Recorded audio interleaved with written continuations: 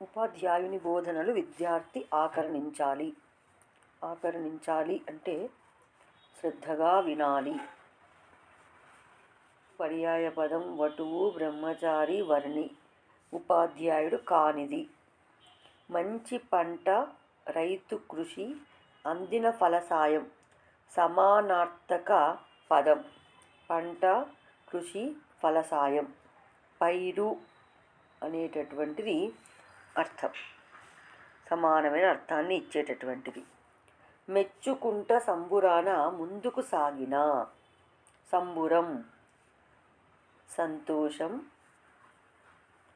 దుఃఖం అని ఉంది, ఇది కాదు. ఉత్సవం హర్షం అనేటటువంటి సమైన సమాధానం. ఈ క్రింది ప్రకృతి వికృతులలో సరికాని జంట. ప్రకృతి వికృతి రెండు కనిపించాలి ఇక్కడ.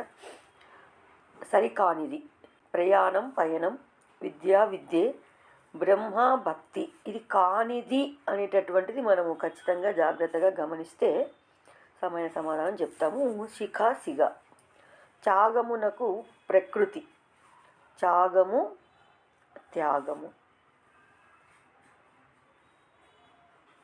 మీ కరములతో నన్ను ఆశీర్వదించండి. గీత గీసిన పదానికి నానార్థం. ఇక్కడ మనము గమనించాల్సింది ఇది నానార్థమా లేకపోతే పర్యాయ పదమా గమనించినప్పుడే సమాధానం కరెక్ట్గా పెట్టగలుగుతాం.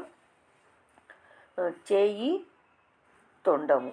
నానార్థాలు కరముకు చేయి, తొండము, కిరణము అని ఉంటుంది. ఇక్కడ మనకు రెండు ఇచ్చారు, మనం వాటిని తీసుకుందాం. స్త్రీ అనే ఉత్పత్తి అర్థము కలిగినది. తీగ తీగే ఇక్కడ ఉంది. లే తీగె బోడి. లేత తీగ వంటి శరీరము కలది. బోడి అంటే స్త్రీ అని అర్థం.